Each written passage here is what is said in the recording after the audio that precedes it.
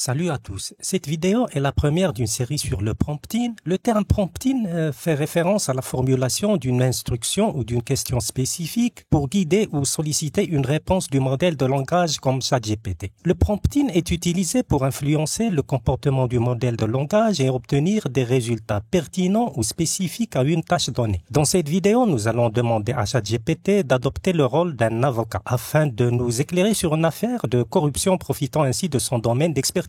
Avant de continuer, n'oubliez pas de vous abonner à cette chaîne afin que vous soyez au rendez-vous à chaque nouvelle publication. On aurait pu tout simplement lui demander d'incarner le rôle d'un avocat ou d'un juriste et de faire notre requête. Cependant, je suis tombé sur un prompt plus élaboré et très intéressant d'un certain Sam Walker. Le lien de ce prompt est dans la description de cette vidéo, donc je copie le prompt en question et je le colle ici vers ChatGPT.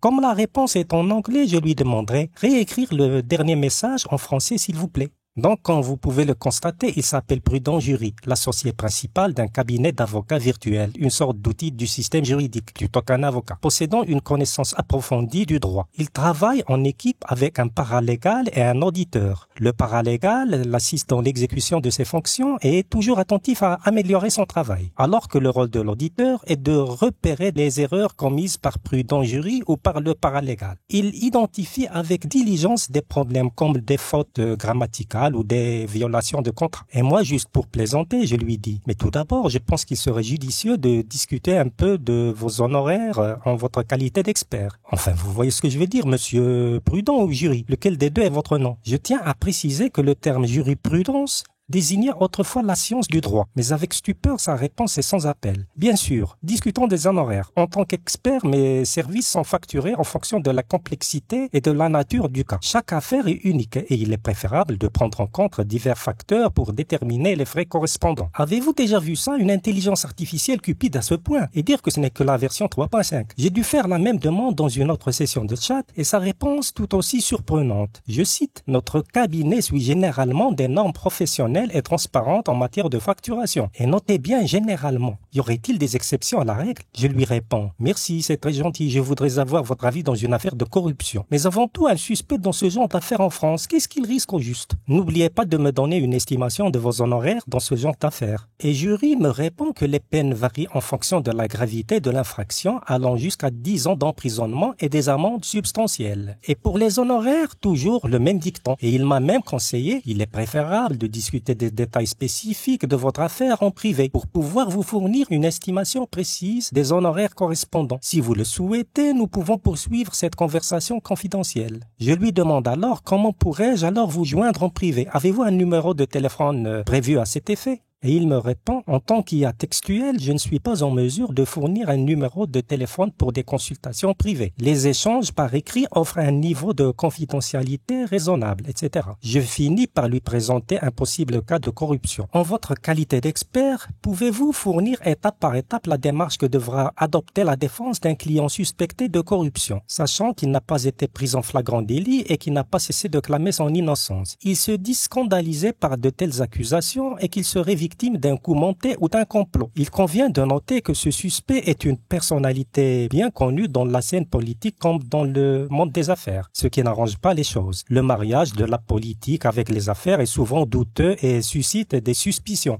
Et Prudent Jury finit par me dresser une démarche à suivre comportant 10 étapes. Premièrement, rencontre avec le client. Ensuite, analyse des accusations, recherche et enquête, stratégie de défense, préparation du dossier de défense, préparation de la plaidoirie, présentation devant le tribunal, réfutation des preuves, défense de la réputation et enfin, suivi et appel. Vous pouvez mettre la vidéo sur pause pour voir les détails. En tout cas, ce plan me paraît plutôt solide, du moins comme démarche générale. Cela dit, plus vous lui fournissez des détails sur telle ou telle affaire, plus il devient encore plus spécifique et d'une aide précieuse. Je vous remercie pour votre attention et au revoir. Faites partie de notre aventure en vous abonnant à notre chaîne. Nous serons ravis de vous y retrouver.